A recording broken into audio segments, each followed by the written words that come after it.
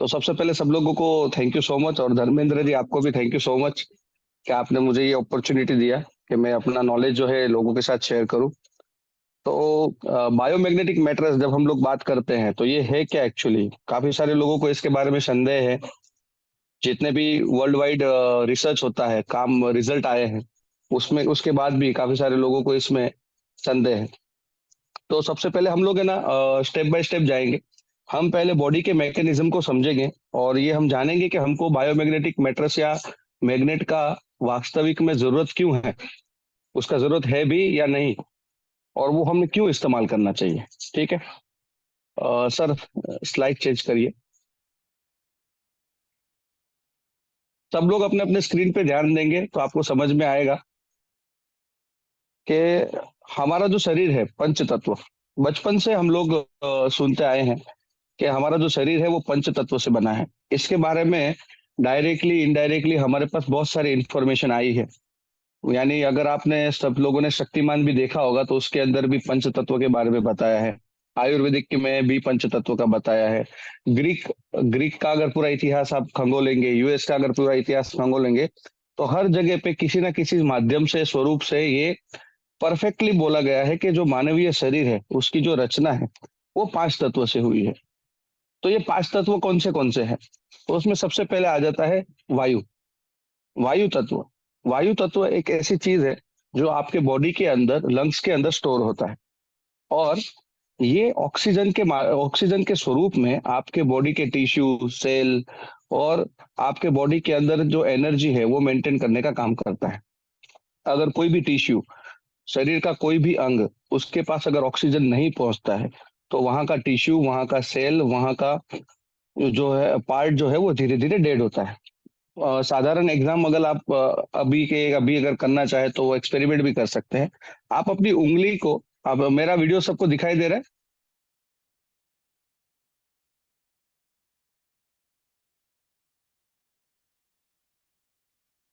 हाँ हेलो। चेतन, दिखाई दे रहा है, दिखाई दे रहा है। Okay okay okay.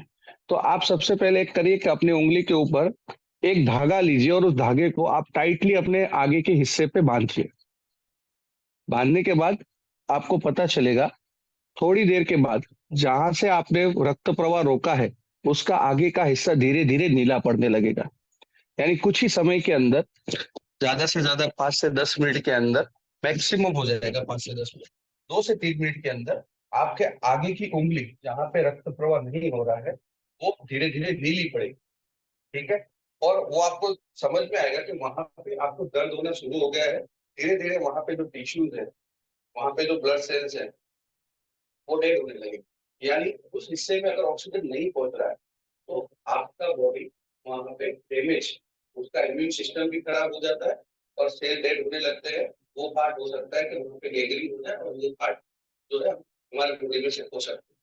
तो वायु तत्व सबसे ज्यादा इंपॉर्टेंट है बॉडी के अंदर। उसके बाद आ जाता है पानी। जैसा कि आप सब लोगों ने बचपन में भी सुना होगा और विज्ञान की थोड़ी बहुत अगर जानकारी भी तो आपको पता है, पृथ्वी की भूगोल रचना के हिसाब से 70 तक का पानी, वही हिसाब से अपने शरीर के अंदर भी 70 तक का पानी जो है वो है। अब पानी एक्चुअली करता क्या है? पानी हमारे बॉडी के अंदर एक नेचुरल फोर्स क्रिएट करता है जो ब्लड को मदद करता है प्रवाहित होने के लिए, वेन्स में से आगे पीछे हर जगह पे जाने के लिए। दूसरा, पानी अपने पाचन क्रिया को पूरी तरीके से क्लीन करता है, अपने बॉडी को क्लीन करने का काम करता है, और यूरिन के थ्रू हमारा पूरा बॉडी जो है उसकी जो गंदगी है वो निकल जाती है। किडनी का भी वही काम है। तो ये हो गया water element. Third element is अग्नि तत्व। अग्नि तत्व बेसिकली हमारे जठर के ऊपर है, एक कमल होता है। हमारा जो पेट, हम जो भी खाना खाते हैं, वहां पे अगर आप देखोगे तो जैन धर्म में अगर आप कभी अगर आपने देखा होगा तो जैन धर्म के लोग 7 बजे के बाद, यानी सूरज जब ढल जाता है उसके बाद खाना नहीं खाते, क्योंकि उनके हिसाब से तब अग्नि तत्व सबसे ज्यादा लो लेवल पे रहता है। और आप बॉडी के अंदर जो भी डालोगे उसका साइड इफेक्ट आपके बॉडी को होता है, ना कि उसके गुड इफेक्ट होते हैं।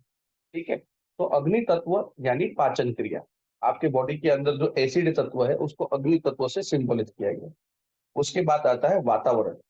तो वातावरण का मतलब ये है, आपने देखा होगा घर के अंदर भी बड़े बुजुर्ग माता पिता जिनकी उम्र 30 35 40 50 के आसपास है, उन लोगों के ऊपर वातावरण का एक मेजर इफेक्ट होता है।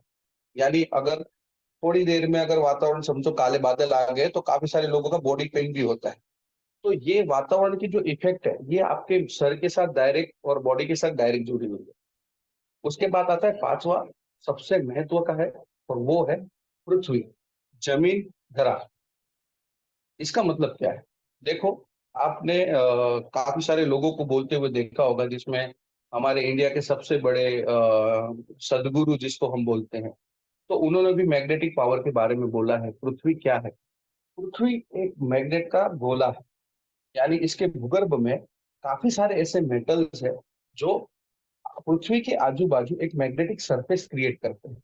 और इसी सरफेस की वजह से ये मैग्नेट का गोला सूरज के आजू बाजू गैलेक्सी के अंदर भ्रमण कर रहा है। आप देखिए कि पृथ्वी को किसी तार से या किसी वायर से किसी भी ग्रह को बांधा नहीं गया है, लेकिन फिर भी ये आपस में संतुलित होकर एक दूसरे का भ्रमण कर रहे हैं। तो ये संतुलन बनाने के लिए सबसे ज्यादा महत्व का जो चीज है, जो एलिमेंट है, जो अप्राकृतिक रूप से आपको दिखता नहीं है, वो है मैग्नेट का तत्व, मैग्नेटिक एनर्जी।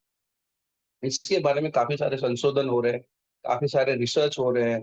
काफी सारे लोगों ने वापस से हमारी जो पुरानी टेक्निक है उनको अपनाना चालू कर दिया है, क्योंकि ये सबसे ज्यादा इंपॉर्टेंट एलिमेंट है। बेसिकली मैग्नेटिक तत्वों से होता क्या है? आपके शरीर के आजू बाजू भी एक मैग्नेटिक एलिमेंट है। वो एलिमेंट आपको हेल्प करता है दिन भर एनर्जी होके काम करने के लिए, रात को अच्छी नींद आने के लिए, आपके बॉडी के स्ट्रेस लेवल को लो घटाने के लिए, आपके मसल्स को रिलैक्स करने के लिए, आपके सर को ब्लड सर्कुलेशन अच्छे से प्रोवाइड करने के लिए, आपके हार्ट को धड़कने के लिए। सबसे ज्यादा जरूरी है, आपके हार्ट को किसी भी प्रकार का इलेक्ट्रॉनिक इक्विपमेंट लगाया नहीं है जब से आप पैदा हुए हो।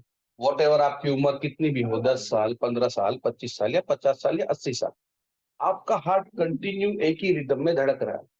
आप सब लोग ये चीज को सोचिए कि ये हार्ट धड़कता क्यों है? विदाउट एनी एनर्जी ये काम कर पाएगा क्या? तो इसका आंसर आएगा नो। सबसे ज्यादा महत्व की जो एनर्जी है वो है मैग्नेटिक एनर्जी, जो आपके पाँव के थ्रू धरा को टच करके आपके बॉडी के अंदर प्रवाह होती है। वातावरण के थ्रू, पेड़ पौधे, झरने, झील, उसमें जब आप नहाने जाते हैं, पेड़ पौधों के बीच में खेती या खेती वगैरह में चलने जाते हैं, तो उससे आपके बॉडी के अंदर मैग्नेटिक जो एनर्जी है उसका फ्लो होता है, और आपके हार्ट को एक पावर मिलता है, एक सपोर्ट मिलता है धड़कने के लिए, पुश एंड पुल करने के लिए। पुश एंड पुल किसको करता है? तो वो ब्लड को पुश एंड पुल करता है। ब्लड को कलेक्ट करेगा और जहां जरूरत है वहां पे वापस भेजेगा। ये ट्रैवलिंग करता है ब्लड सेल अपने बॉडी के अंदर। जब हार्ट उसको लेता है और फेंकता है, तो ब्लड सेल अपने लंग्स में से ऑक्सीजन कैरी करके पूरे बॉडी में ऑक्सीजन को ड्रॉप करने का काम करते हैं।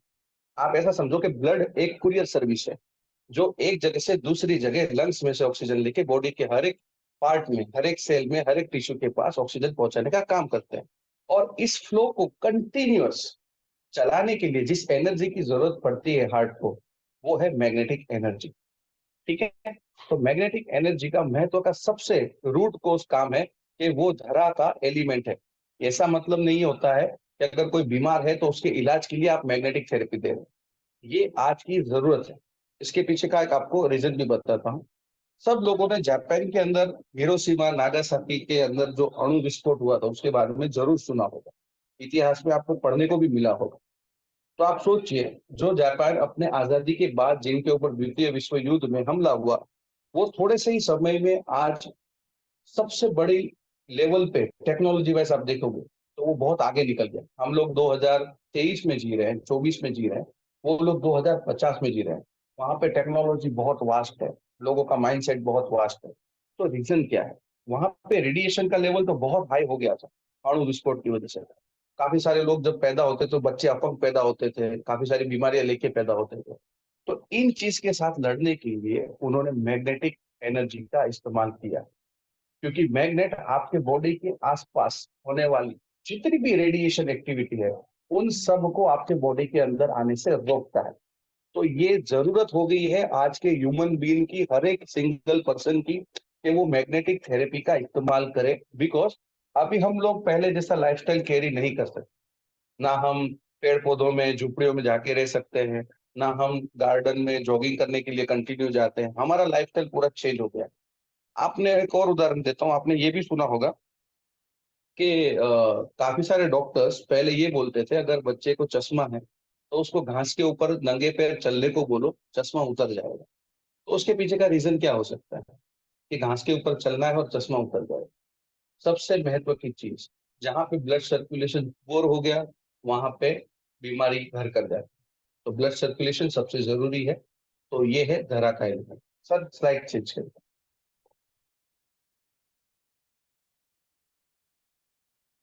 यहाँ पे काफी सारी बीमारियों का नाम दिया है। 90% जितने भी बॉडी के अंदर इम्बेलेंस होते हैं उसके पीछे का रीजंस जो है वो है ब्लड सर्कुलेशन। अगर ब्लड सर्कुलेशन प्रॉपर होगा नहीं, आपकी मांसपेशियों को, आपके हार्ट को, आपके लंग्स को, आपके सारे ऑर्गन्स को अगर खून की मात्रा प्रचुर प्रमाण में नहीं मिलेगी, रेगुलर फ्लो नहीं होगा, तो आपके बॉडी के अंदर इस प्रकार की बीमारियां जो है आपको दिखेगी, जिसमें माइग्रेन, नींद न लगना, साइकेट्रिक प्रॉब्लम, मसल्स पेन, जोड़ों का दर्द, कमर दर्द, घुटनों का दर्द, पेट के रिलेटेड प्रॉब्लम्स, काफी काफी काफी कैंसर तक की भी बीमारियां जो है लोगों को हो रही है। सर स्लाइड चेंज करो।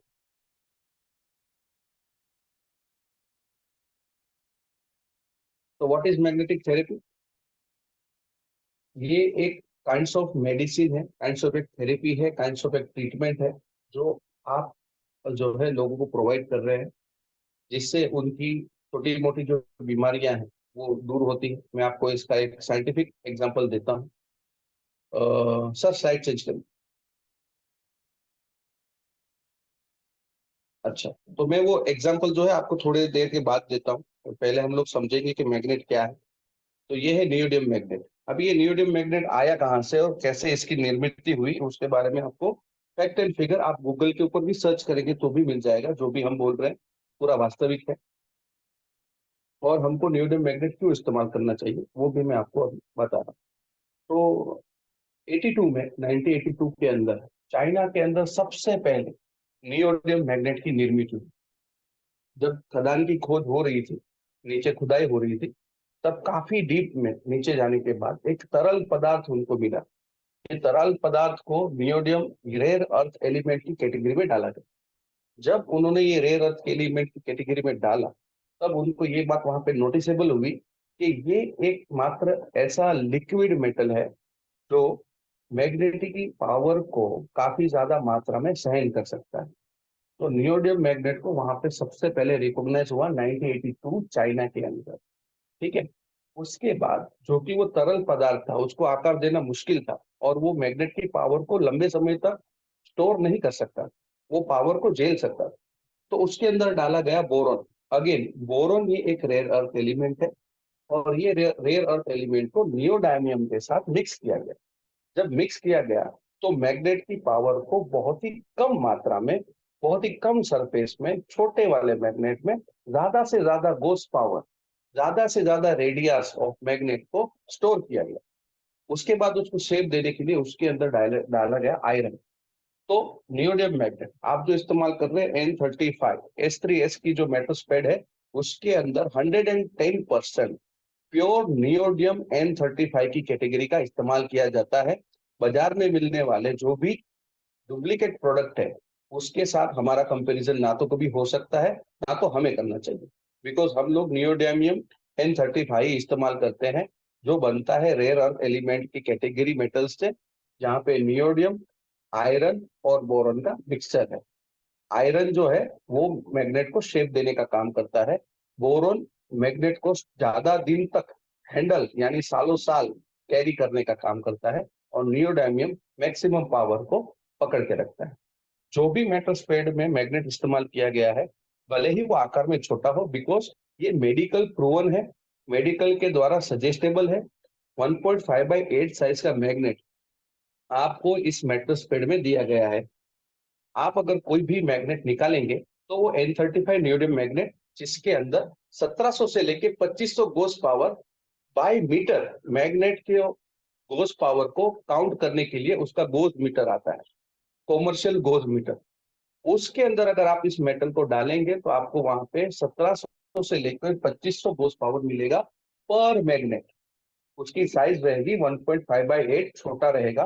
बट वो एक एक सिंगल मैग्नेट जो है वो 1700 से 2500 horse पावर को है हैंडल करके चलता है, और आराम से 10 साल तक ये चलेगा। तो S3S की जितने भी मेटल स्पेड है, वहां पे ओरिजिनल कैटेगरी का N सर्टिफाइड नियोडियम मैग्नेट डाला गया है, जिसकी गोस पावर आपको मोबाइल में बिल्कुल भी काउंट नहीं करनी है। आप मोबाइल में सिर्फ इतना ही काउंट कर सकते हो कि अंदर मैग्नेट है या नहीं। बाकी गोस पावर काउंट करने के लिए मोबाइल का इस्तेमाल ना करें, क्योंकि वहां पे आप काफी बुरी तरीके से मिसगाइड मिसगाइड हो सकते हो। इसका एक जो है एग्जाम्पल और शॉर्ट वीडियो मैं सर को शेयर करूंगा, ताकि सर वो आपके साथ शेयर करें। ठीक है सर, चेंज करिए लाइट।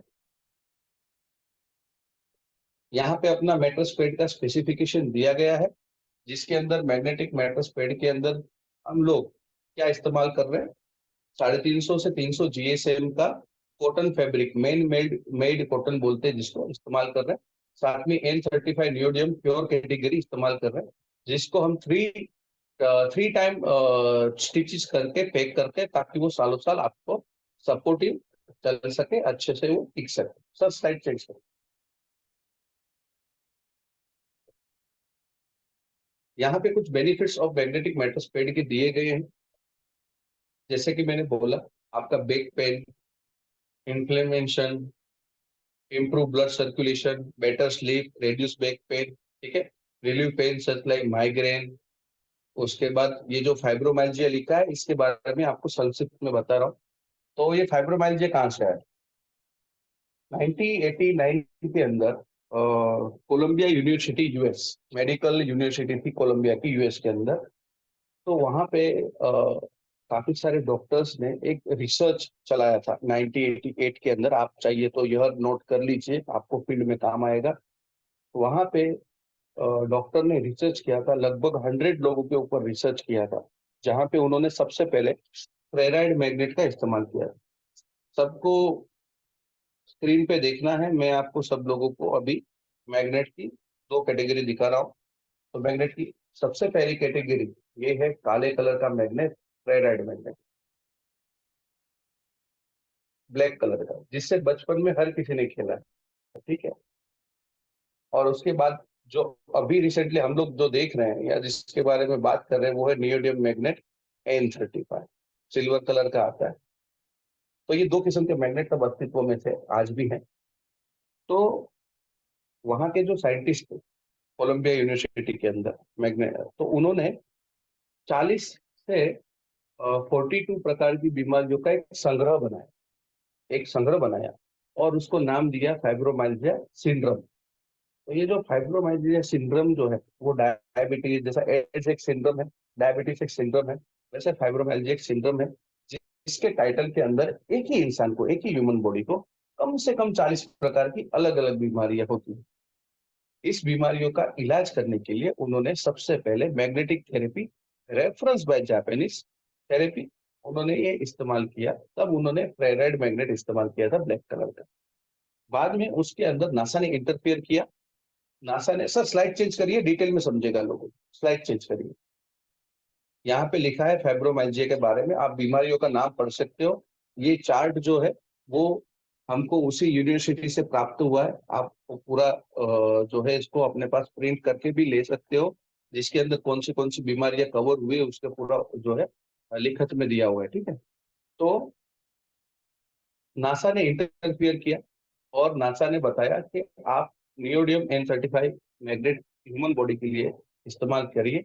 जो इस्तेमाल होता है स्पेस में जाने वाले जो लोग हैं, उनके जो स्पेस सूट बनते हैं उसमें नियोडियम N35 मैग्नेट रहता है, क्योंकि बॉडी का ब्लड सर्कुलेशन उसको मेंटेन करने के लिए।